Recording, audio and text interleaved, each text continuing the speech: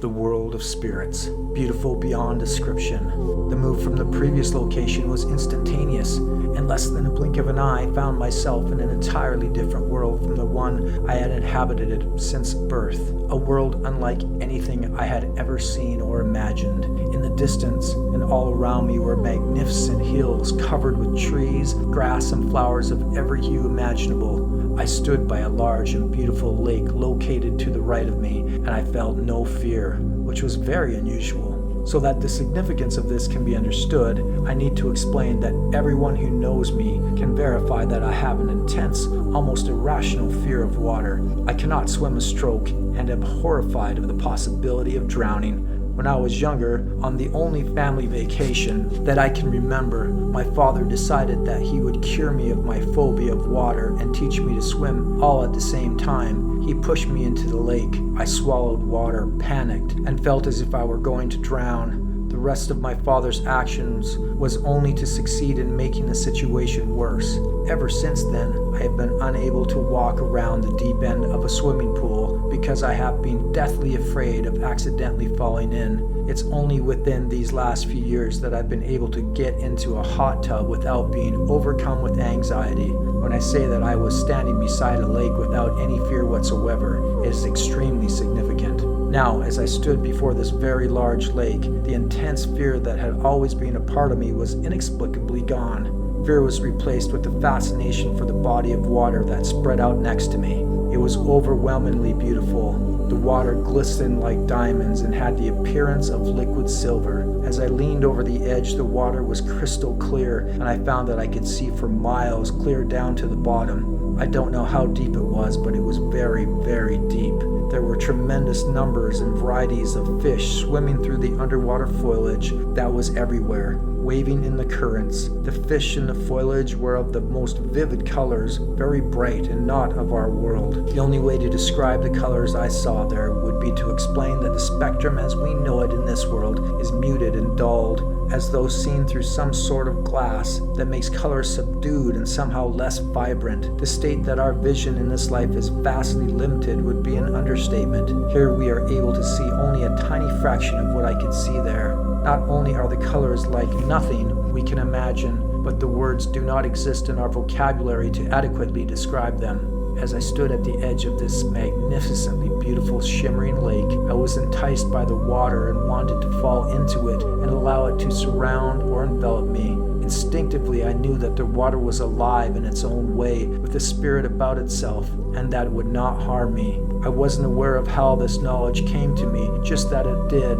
The curiosity lasted only for a moment, and then my attention turned to the rest of my surroundings. I looked up away from the water to the setting surrounding the lake. It was simply breathtaking. Everywhere there was wonderful flowers and vegetation unknown to our world. The flowers were so different in color and so vibrant that I can still see them clearly in my mind today, but again cannot begin to describe them. I have no names for them, and to try and describe the colors would be like explaining red or blue to a person blind from birth. The grass was bright, vivid green, and felt like soft, lush velvet. There was a gentle, warm breeze that caused ripple patterns in the grass. The trees were of various shades, and their branches moved similar to the swaying grass. Never in my life have I seen anything in nature to match the beauty of what I saw in that realm.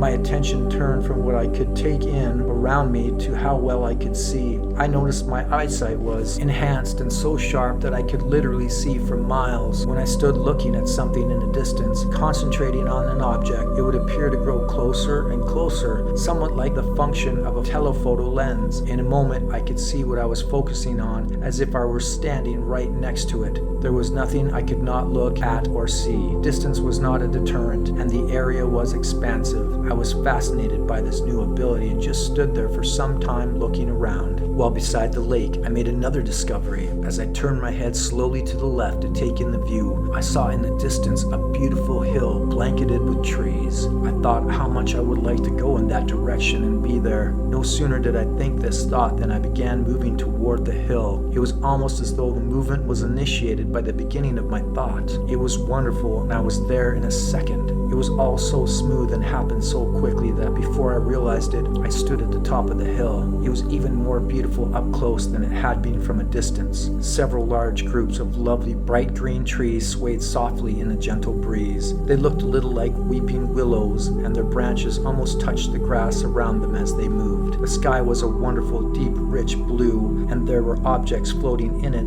which at first appeared to be clouds. As I looked closer, I could see that they were actually formations of swirling light with a cloud-like appearance. It was unusual and breathtaking, yet it felt perfectly normal. As I looked around, drinking it all in, a tremendous feeling of peace came over me. Here I was, separated from everything that I had known before, and there were no feelings of loss for the possessions I had left behind. My material treasures, my dear children, or anything else that might have loved me were not on my mind. All I could think of was how very wonderful it was to be in this place. My newly acquired senses soon made me aware that the grove of trees I stood in and the plants and grass around me were alive and communicating to me that they not only knew who I was, but were happy that I was there with them. While not thinking like we do, they nonetheless seemed to have feelings in a form of intelligence that, though different from our own, was still very real. I stood there for a while feeling the love for me that radiated from these forms of life that I now viewed from a completely different perspective.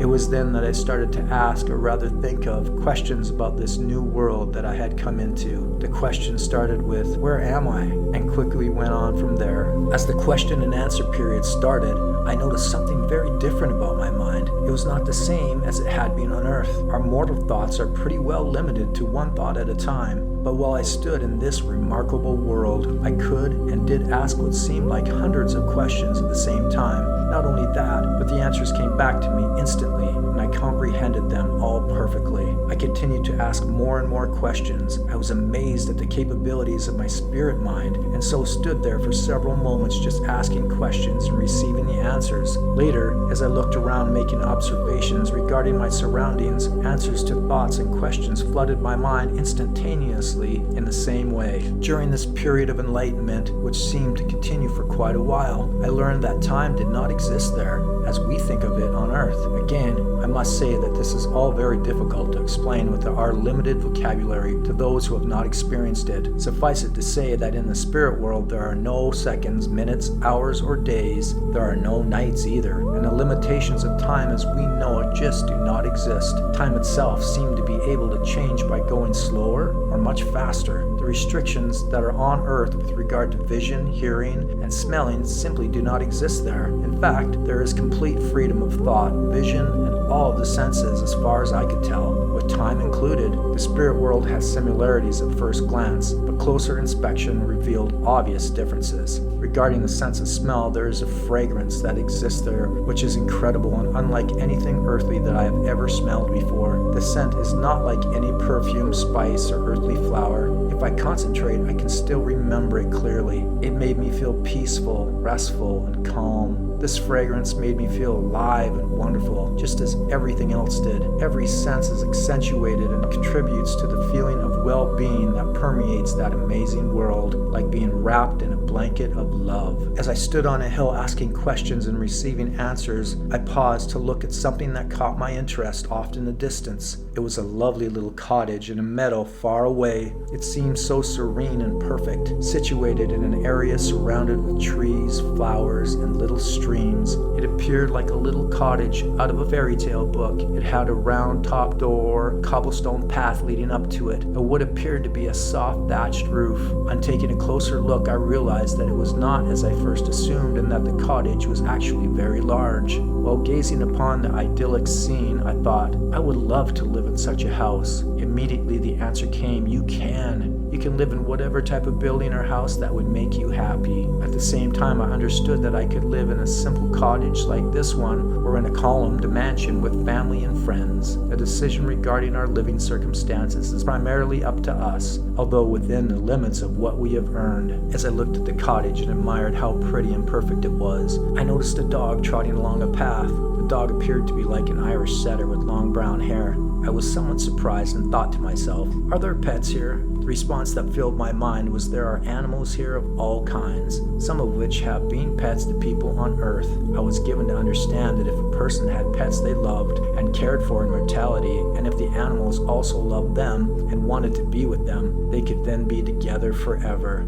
As I looked at the dog, it seemed to sense my presence and look back at me. I could hear and feel its thoughts of recognition. This surprised me a little, then immediately understood that the spirits of animals and people could communicate and understand each other the same way I had communicated with the plants earlier, that is, telepathically. The difference being that the animals communicated on a higher level than the trees and grass, but still well below the level of my thoughts. It also came to my mind that on Earth the animals could understand people, but that our ability to understand them had been taken away. The thoughts of animals are simple, like the thoughts of a child, and they have personalities, feelings, and desires as well. One of the reasons that animals exist on Earth is to help us learn to love. There are some individuals who have not developed the ability to love other people, but are capable of loving animals. I also understood that the spirits of animals are precious, and those who take their lives without cause or are cruel to them will have serious consequences to pay. The City of Light. My attention turned to the view miles away. I saw what appeared to be numerous cities filled with magnificent buildings and many people. The cities seemed to glow in the distance like brilliant light was coming from them. Then I realized that the scene did not include many separate cities, but was only one enormous city filled with spirit beings. Though miles away, I was again able to use my unlimited vision and see it as though I was standing in front of it. As I remained on the top of the hill surveying the city before me, I became aware that I was not clothed. I was completely naked, and yet my state of undress did not concern me in the least. I had no thoughts of being seen by others, even though I could see that there were thousands down below in the city. When I thought about clothing,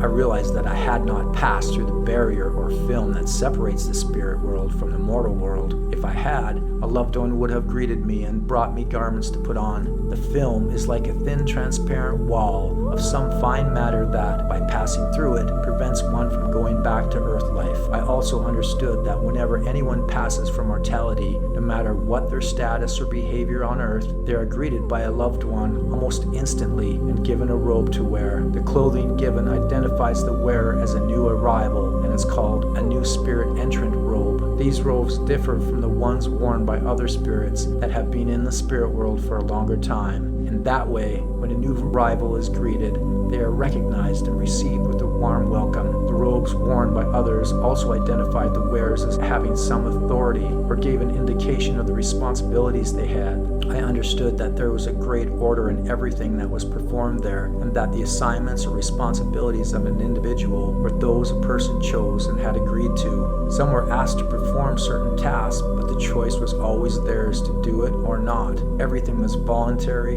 and there was never any force. As I looked further at the City of Light, I noticed that there were streets and paths all lined with flowers and shrubs. Lovely fountains were present, then sprayed with the silvery water I had seen earlier at the lake. As the water sprayed into the air, it appeared like a million sparkling diamonds full of life and energy, too beautiful to describe with words. There were people walking everywhere, though there was not any feeling of hurrying. It was very calm and peaceful and relaxed. There was also small groups of people standing and sitting on the grass in the park-like areas between the buildings. The city itself seemed similar to our world, with some exceptions. One of the more obvious was there were no cars. Everyone walked or occasionally glided to their destinations. Another major difference, especially from the big city I had lived in, was that everything was immaculate. No filth or trash was seen in the streets. Also, there were no curbs or gutters. Many of the streets and smaller walkways seemed to be made out of some kind of flat paving stone. Gorgeous flowers were everywhere lining the walkways. All areas were surrounded with fountains and streams. The scenery was enhanced with perfectly trimmed shrubbery and hedges, making it all very lovely and pleasing to look at. The more I looked down into the city, the more excited and anxious I became to go down into the city and be a part of the happiness and love I felt existed there. But I was not to be given that opportunity. Even though I had come to disbelieve in a life after death and all that was involved with that belief, I had always assumed that if there were a heaven, it would be beautiful and everyone would wear white. That was surely an apt description of the beauty of the world I happened upon. And yet one of the concepts I learned while asking questions on the hill previously was that this place in all its magnificence was not heaven. This was only a waiting place for the spirits of people who have departed from the earth while waiting for a future time when they would be assigned another place or kingdom. I understood that these other kingdoms of glory were more splendid than this temporary one. The spirit world was divided into different levels,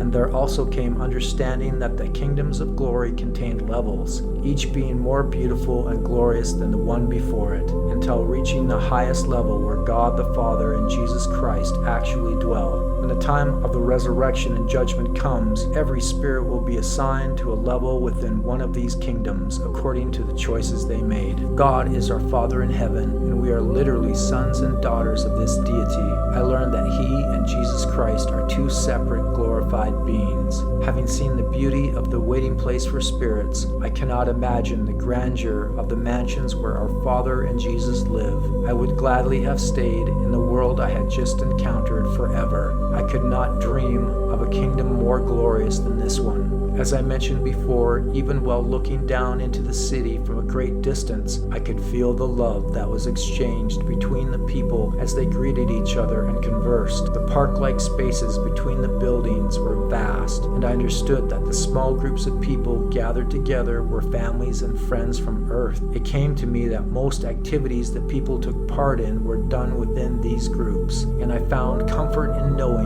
that I would continue friendships with those I had known while on Earth. There were so many people, and now I noticed the detail of their apparel. As a child, when I thought about it, I assumed that people in heaven would only wear white. At least that was the way heaven was depicted in stories I had been told. However, I observed that while some apparently do choose white, many of the people wore beautiful pastel robes. Both men and women wore the same style of clothing, made of shimmering fabric similar to silk but much finer. The fabric glowed and appeared like spun light. The robes were long down to the ankle and slit a little up the side, almost to the knee. There were cummerbunds around their waists and long shawls of various pastel colors over their shoulders. The shawls hung down to the ground. I also saw a few men wearing dark suits. I'm not sure why, but learned that when spirit beings appear to loved ones back on Earth, they will often appear in the same apparel they were buried in or last seen in so that they can be recognized. Another thing that I noticed was that the people gave off their own light. The glow varied from person to person, and a few were of a more distinctive golden hue. When I asked about the difference in illumination between the people, I learned that their light was in direct proportion to how each individual had lived their life while on Earth. This answer seemed to satisfy my curiosity for the time being. Beautiful beyond all description. That was part 1 of 2 parts. Coming soon, second part, a beautiful beyond all description. Sarah visits the world of spirits. I hope you'll tune in for that. You guys take care.